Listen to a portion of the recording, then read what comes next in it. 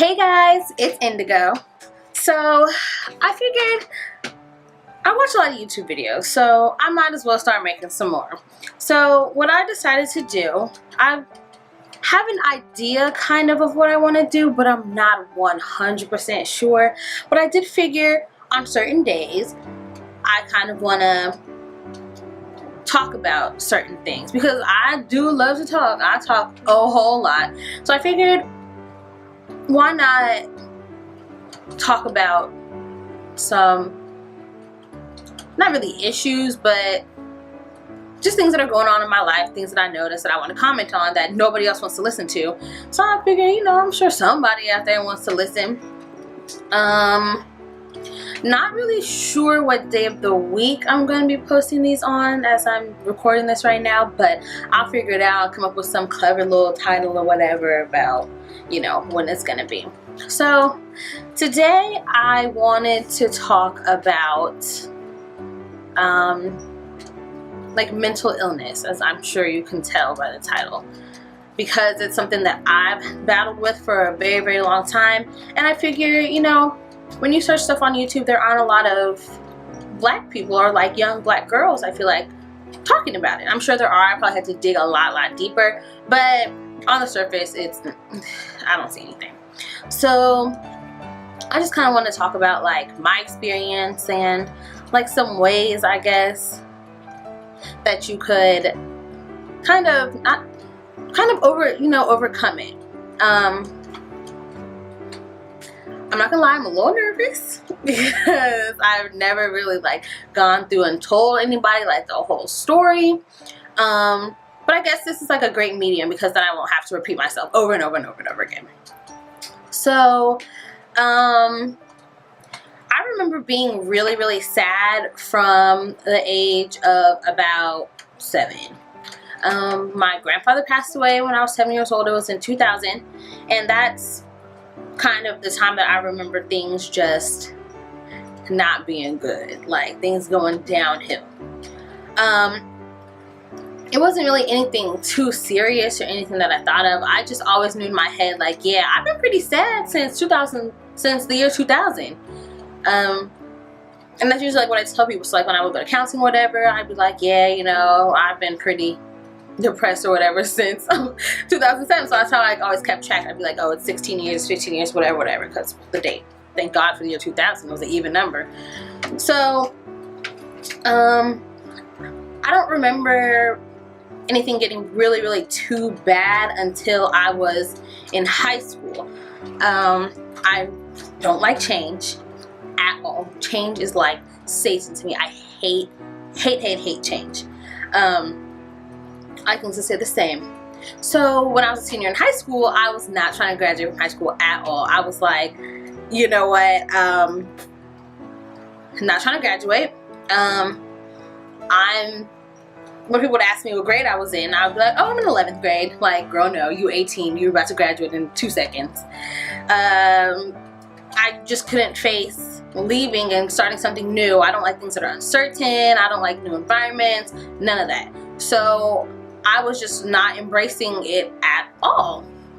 So then one day I remember after cheer practice, we had to start going into the locker room to change. We used to change in the gymnastics room. Now you're sending me to the locker room to change my clothes. I didn't like that. That's totally irrelevant, but I didn't like that. How I had to start changing my clothes in a different place. Don't tell me, no. But anyway, we had to start changing in the locker room, and I remember having a really, really bad breakdown. I think that there were other things going on before that, but I'm not 100% sure. I think I used to go talk to my counselor a lot, like my academic counselor. But I just remember having a really bad breakdown. I remember being on the floor in that locker room. Like, if you know me, you know I do not do germs. I don't do locker rooms. I don't do bathrooms. I don't do floors. No, it's disgusting. But I was on the floor, like lying on the floor, bawling my eyes out, screaming. And my friends were just looking at me like, Indigo, what is going on with you? So eventually I got up and I went to my counselor and I went and talked to her, and I stayed in there. Like, I stayed in there probably, I won't say the rest of the day, but it might have been the rest of the day. She probably just put me to work or something, I don't know. But I had to go talk to her. And then I guess she called my mom and was like, you know, told her what was going on and stuff. So then, because I used to just be like, I don't want to be here. I don't want to be in this life. I'm over it. I don't want to do any of this anymore. So she had to tell my mom that, and it was just kind of like, now my parents are just going to be looking at me like, oh, we have a crazy child. Like, and I didn't want my parents to have, you know, to think, oh, we have a crazy child. So, remember she like suggested that I go to therapy, that I go talk to somebody, and I did not. But I remember I was going to college. I was going to college all the way on the opposite coast. So I live on one coast and I was going to school on the other coast. And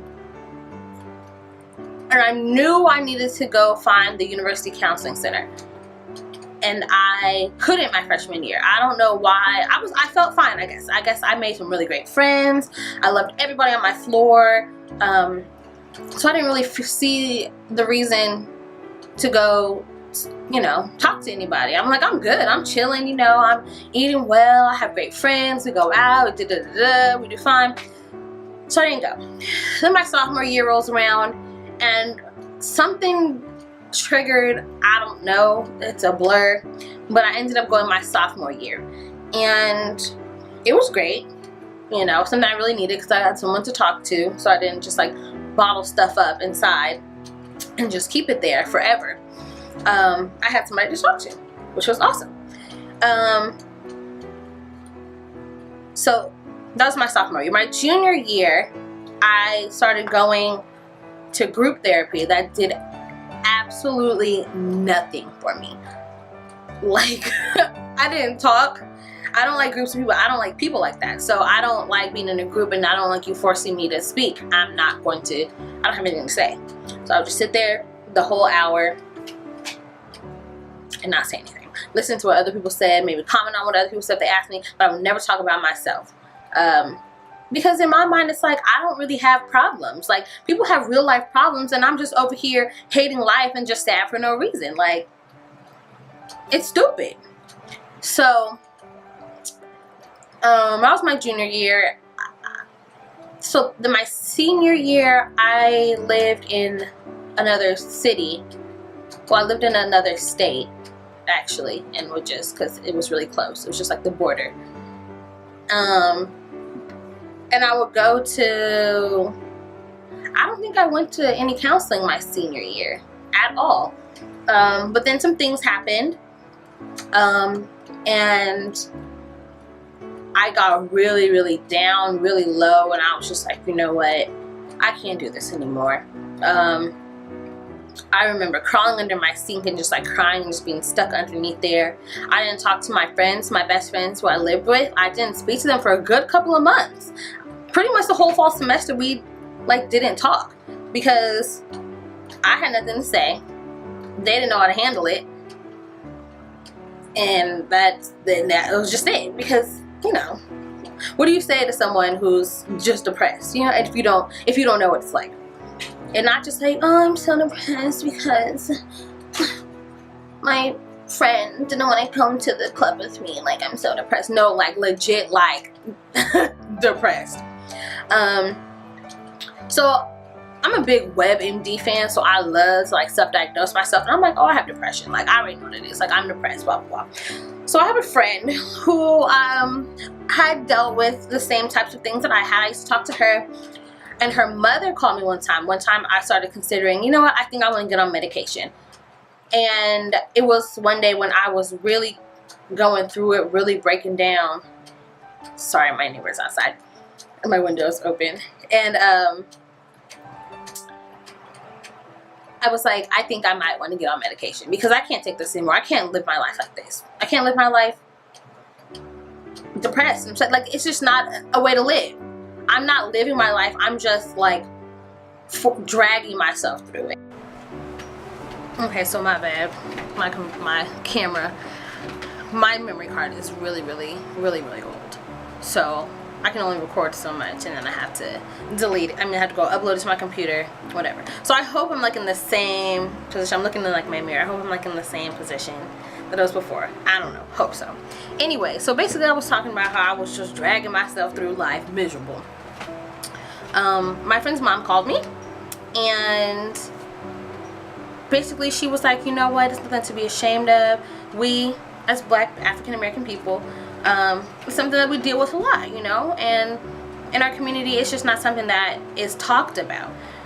In our houses, in school, whatever, it's just not something we talk about. It's something we kind of sweep under the rug and are just kind of like, no, it's not going to affect me, and if it does, I'll handle it when I get there. And it's like, you know, you don't want to ask for help or anything. And she was like, you know what, we need to get out of that mindset. She was like, so if you want to, you know, get on medication, you know, you might want to look into that, see what's right for you, realize that if something is making you feel out of your character, that's not the medication for you. I guess it's because kind of like birth control. I know a lot of people are like, oh, you know, I have to try different things, see what's right for me. That's how medication for your mind is too. You kind of have to find out what works for you. Mind you, I didn't say anything to her about wanting to get on medication. Like, she just said that. I'm like, okay, God, I got you. So, this was probably in like, probably like April of 2015. I don't remember exactly. So, I just was thinking about it for a while, and I was like, you know what? Maybe this is something I want to do. So I eventually made an appointment in August. August came around, I made an appointment. It wasn't until September 27th with a psychiatrist at my school. Shout out to that student health insurance, because I was all up in that hospital. Like, the hospital was my favorite place ever. People at the desk knew me. They'd be like, hey, nigga, I was in there every week for something. Not just for my mind, but literally had an appointment with somebody in there every week for about 2 months. It was crazy. So I had my appointment. I went, and she did like a little analysis on me or whatever, and she asked me, she's like, oh, would you ever consider getting on medication? I said, girl, that's why I came here, because I can't take this anymore. Like, there's no reason why I should wake up and just be like, this is the worst day ever. Like, it's so bright and sunny outside right now. I would just be like, I don't want to do anything. This day sucks. And I was like, that's just not something that I want to do anymore. So basically, she said that I showed signs of bipolar disorder, and she prescribed me medication that was going to control my mood swings. It was Lamictal or lamotrigine, whatever the other name of it is. I don't know. Lamictal. So basically, you take a certain dosage for a certain amount of time, and then you kind of go up dosages. So you start off at like 25 milligrams, then eventually it goes up to 50, then it goes up to 100. And you can't miss anything. You can't kind of like backtrack, whatever, because you could possibly get a really bad rash on your skin. I guess that kind of like eats your flesh. Sorry, my nails are a mess. I look a disaster today. This was just not planned at all for me to do today. I had all my little notes here, but I never actually planned on recording this today. But everyone was gone, so I was like, why not? And the dog is being really good for now. Anyway, that's what I was on, and I actually really liked it. It kind of made me not care about anything. I had a friend who told me, he said, you don't want to get on medication because then you're just going to be like emotionless. I'm like, well, I ain't got no emotions in my head. I always try to have no emotions, knowing that I do. He told me that that's not something I wanted to do, but I didn't experience anything like that. Like, I had all my emotions, but it was just, I didn't get as irritable, and I really liked that, because I really don't like being spoken to. I don't like being looked at. I don't like anything. Don't breathe near me. Don't whisper near me. Nothing. The dog was breathing, say too loud. She was getting on my nerves. So I really liked my medication for that reason, because somebody could say something to me and ruin my whole day any other time. But on the medication, it's like, it didn't bother me. Someone would say something and I would just be like, huh? That's stupid. then I'll be good. And I'll be like, okay, whatever. And it's like I didn't really care about, it's not that I didn't care about anything, but it's like I got over stuff quickly. And it was great to be, for someone who's been really, really irritable, and like the smallest, the wind could blow and I'd be pissed off. Like, and now it was just a wrap for the end of the day. But on my medication, somebody could legit like chop a chunk of my hair off and I'd be like, it's gonna grow back. It's whatever. So I really did like that about my medication. And you know, it's something that I sought out. So I didn't even feel some type of way. I didn't feel like ashamed of it at all. Because I was like, y'all, I'm crazy. I need some medicine. Like, give me the medicine, please. And I just feel like in the black community, that's not something that we kind of see as okay. It's kind of like taboo, kind of controversial. We don't really talk about it. If you need to get on some medication, get on some medication. Like, it's okay. Whatever's going to make you feel better. And you don't even have to tell anybody if you don't want to. Don't tell people that you're on medication if that's what's going to, you know, if you don't like that. Don't tell anybody. Nobody has to know. If they ask you what you popping, be like, I got a headache, bro. What? So that's basically the story of my life. I mean, I left out a lot of like really bad triggers that triggered a lot of stuff, but I don't feel like that's an appropriate thing to discuss right now. I don't think those are things that I want to talk about right now. But I did look up I was trying to find some statistics. I didn't really find any. I did find this little quote though. It says, although anyone can develop a mental health problem, African Americans sometimes experience more severe forms of mental health conditions due to unmet needs and other barriers. According to the Health and Human Services Office of Minority Health, African Americans are 20% more likely to experience serious mental health problems than the general population. Wow, sorry. Common mental health disorders among African Americans include major depression, attention deficit hyperactivity disorder, I thought it was hyperactive disorder, but ADHD, suicide among young African American men, and post-traumatic stress disorder, or PTSD, because African Americans are more likely to be victims of violent crime, which is real. I've never thought about that. I always just think it's only people who come back, not so much only people who come back from war, but that's typically what it is. But I never thought about the fact that of getting it from a violent crime. That's interesting. So I found that from of course now I can't find it where I got it from. I got that from the National Alliance on Mental Illness. So that was just a little something. I wanted to find like exact numbers other than just the 20%, but it's just like even 20% is too much. Like, and that can totally be prevented if you talk to somebody. I mean, if you believe in a higher being, you know. Personally, prayer was not working for me. I'm a Christian. Prayer was not working for me. I was like, God, you know, we ain't friends right now. Like, I can't do this. You're not doing anything for me. Like, are you trying to teach me a lesson? It's been 16 years. What are you trying to teach me? Clearly, you just hate me. So I did struggle with that a lot. With accepting the fact that, you know, my religion, my beliefs are not going to get me out of that. There's really something in my mind that I have to take other steps, you know, to try to fix.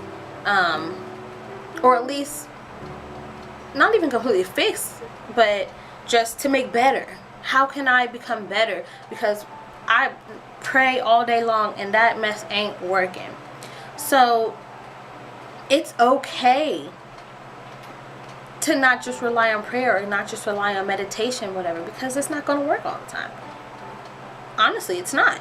And that's okay.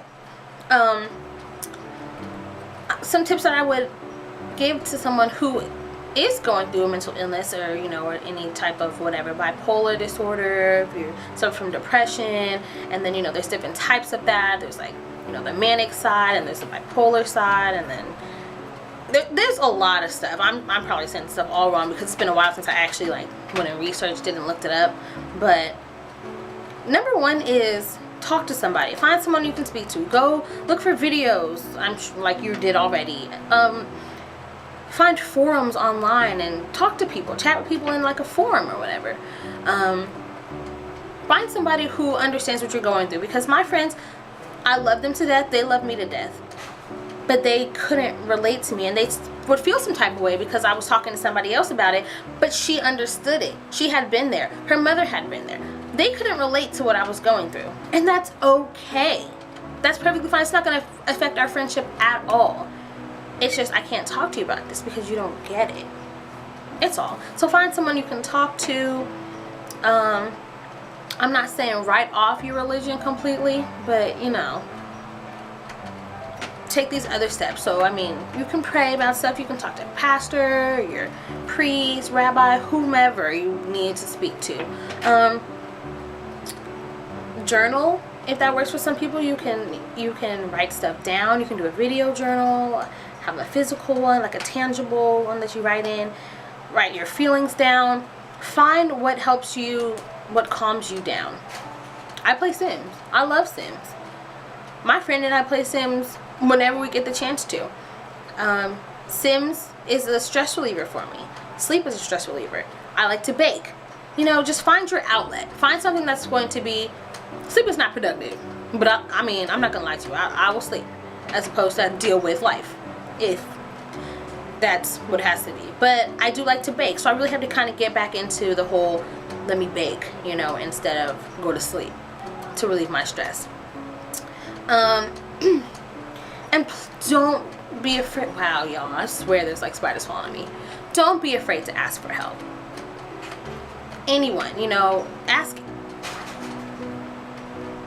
anyone for, you can ask me for help. I mean, I'm not a professional. I can only tell you about my experience. I make light of a lot of things which might be inappropriate at times. So, you know, if that offends you, don't come talk to me because I'm gonna make light of the situation.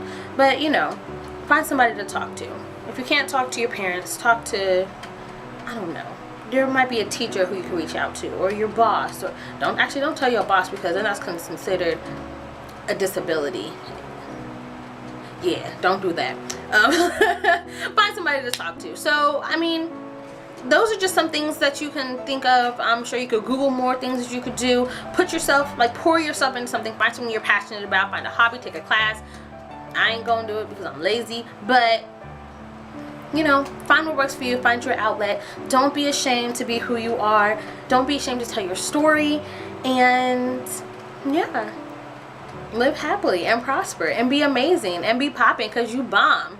So that's pretty much all I have to say. So I hope this video wasn't too long, but I feel like, you know, it's good for me to tell my story as a black woman so that other people can share theirs, and maybe I helped somebody, because I don't know, I just feel like it's not the easiest. This is not the easiest thing to do. So maybe I inspired someone. I hope I inspired somebody to take control of their life and, you know, want to be happy. If you want to be happy, you can do it. I promise you, because I was doing it for 16 years of miserable living, and I feel good now, and my skin's glowing. Like, my eyebrows are a little crazy looking, but I'm in a good place right now. So that being said, you all have a great rest of your day, night, morning, whatever, and I will talk to you later. Bye.